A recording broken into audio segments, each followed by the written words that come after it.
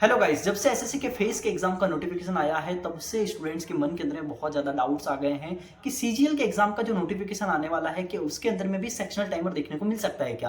क्योंकि फेस के एग्जाम में तो सेक्शनल टाइमर लग चुका है, तो सीजीएल में भी बहुत हाई चांसेस है, 99% चांसेस है कि आपको सेक्शनल टाइमर देखने को मिलेगा। तो आपको उससे डील कैसे करना है, इस वीडियो के अंदर में हम लोग A to Z डिस्कस करेंगे।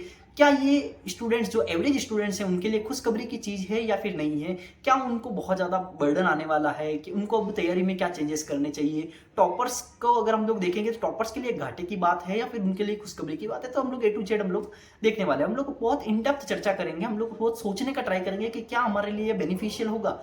तो इस वीडियो के अंदर हम लोग डिटेल के अंदर में बात करते हैं। चलिए, सबसे पहले आपके लिए सवाल है कि हम लोग को भी कोई पेपर को अटेम्प्ट करते हैं, अब तक तो आपने बहुत सारे मॉक दिए ही होंगे। तो बहुत सारे मॉक दिए तो आपने उन सारे मॉक का एनालिसिस किया होगा, तो आपने क्या सीखा उसके अंदर में, क्या देखा उसके मॉक के अंदर में। देखिए, जब भी हम लोग कभी मॉक को देते हैं ना, तो मॉक को देते हैं तो मान लीजिए मैथ्स के अंदर में हम लोग दे रहे थे 25 से 27 मिनट, 25 क्वेश्चन को करने के लिए 25 से 27 मिनट अगर हम लोग दे रहे हैं, तो मुझे बताइए सबसे ज्यादा आपकी एफिशिएंसी कौन से ड्यूरेशन के अंदर में रहती है। देखिए, जब भी आप कोई मॉक देते हैं ना, तो शुरू के जो आपके पास में 15 से 20 मिनट रहते हैं ना, उसके अंदर में आपकी जो एफिशिएंसी रहती है वो हाईएस्ट रहती है।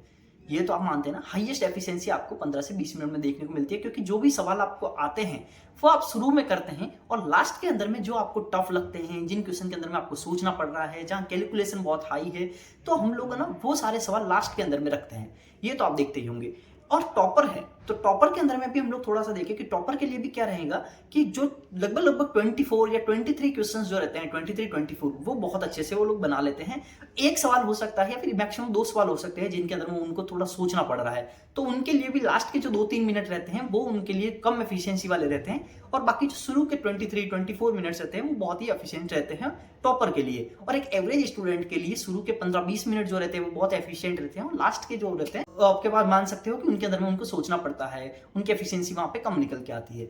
तो अब मेरी बात को बहुत अच्छे से सोचिएगा, जो मैं बोल रहा हूँ उस पॉइंट को बहुत ही ज्यादा गौर करके सोचिएगा कि अगर मान लीजिए एवरेज स्टूडेंट है, तो एवरेज स्टूडेंट है और आपको अगर दिया जा रहा है कि 15 मिनट के अंदर में आपको एग्जाम खत्म करना है, 15 मिनट के अंदर में, तो मुझे बताइए कि क्या आप इतनी तैयारी तो करके ही जाएंगे ना एग्जाम हॉल के अंदर में, क्या 15 मिनट तक बहुत ही अच्छे से परफॉर्म कर सको मैथ्स के अंदर में।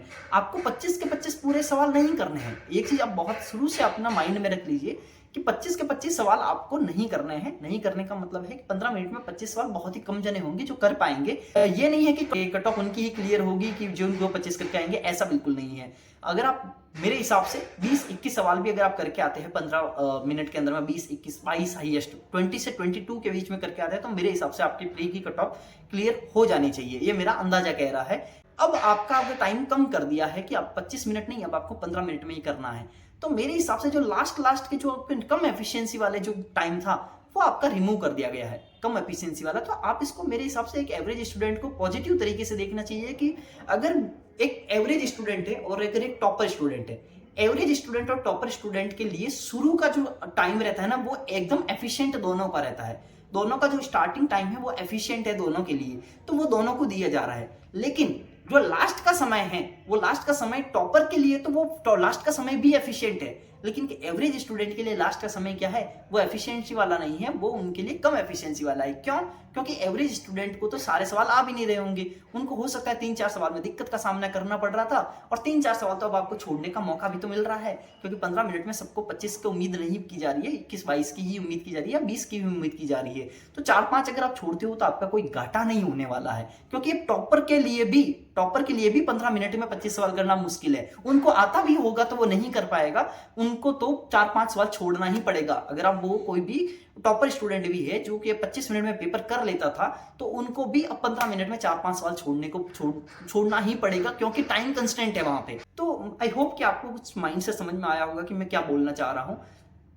तो अगर आप एवरेज स्टूडेंट है तो मेरे हिसाब से आपको ज्यादा वरी करने की जरूरत नहीं है। थोड़ा सा अपना इतना तैयारी जरूर करके जाए कि 25 में से 20 सवाल 21 सवाल आपको आ रहे हो, 25 में से 20-21 सवाल आपको आ रहे हो और बहुत फास्ट तरीके से आप कर पाओ। बस एक चीज ध्यान रखना, art of skipping the questions, जो आपको अगर सवाल नहीं आता है, अगर आपको लगता है कि ये मेरे से पहली बार में नहीं होगा, तो वो सवाल आपको छोड़ना ही है।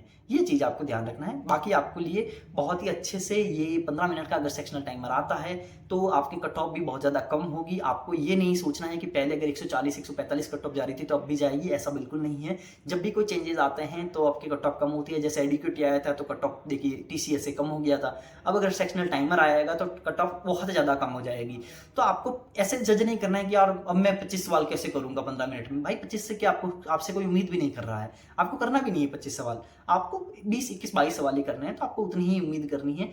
तो अपनी एफिशिएंसी को बढ़ाएं, अपनी कैलकुलेशन को बहुत स्ट्रॉन्ग करें, आपके लिए बहुत ज़्यादा फायदेमंद होगा। और हाँ, पहले क्या होता था कि आपको टेक्स्ट बुक के ऊपर में अलग अलग एग्जाम के लिए अलग अलग पास खरीदना पड़ता था। टेक्स्ट बुक का पास प्रो, टेक्स्ट बुक का pass pro max, text book का पास प्रो एलाइट। तो आपके अलग अलग पास होते थे अलग अलग एग्जाम के लिए। अगर आप एसएससी का कर रहे हो, अगर आप बैंकिंग, रेलवे, अगर आप यूपीएससी किसी भी एग्जाम का अलग अलग तैयारी कर रहे हो, तो उनके टेस्ट देने के लिए आपको डिफरेंट डिफरेंट पासेस खरीदने पड़ते थे, जिससे कि आपके पैसे बहुत ज्यादा लगते थे। तो आपको अब क्या करना है, अब आपके लिए टेक्स्ट बुक के पास के अंदर में एक बहुत बड़ा चेंजेस आया है। जो आपके पहले टाइम वेस्ट होता था कि मैं कौन सा आपके पास लूं, या फिर आप मेरे लिए कौन सा पास बेनिफिशियल होगा। अगर आप पहले एसएससी का कर रहे हो, रेलवे का एग्जाम भी साथ में दे रहे हो, तो आपको डिफरेंट पासेस खरीदने पड़ते थे।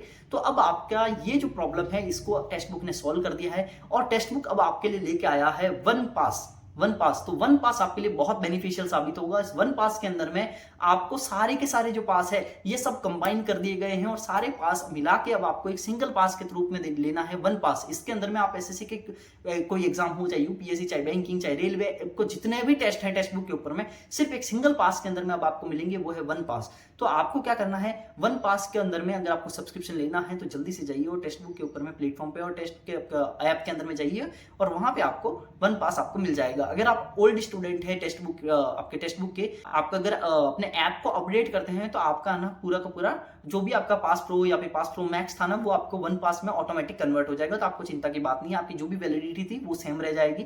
तो आपको वन पास के अंदर में इनरोल कर देना है, इससे आपको बहुत ज्यादा बेनिफिट होगा। क्यों? क्योंकि टेक्स्ट बुक के वन पास के अंदर में आपको जितने भी एग्जाम्स है सिर्फ सिंगल पास के अंदर में मिल जाएगा। तो जल्दी से जाइए और टेक्स्ट बुक के अंदर में वन पास के अंदर में आप इनरोल कर लीजिए। चलिए, बाय बाय, थैंक यू। और अब आपको 15 मिनट के सेक्शनल टाइमर से डरना नहीं है, आपको बहुत ज़्यादा बेनिफिट होने वाला है अगर आपकी स्पीड बहुत ज़्यादा अच्छी है। चलिए, bye bye, thank you, bye.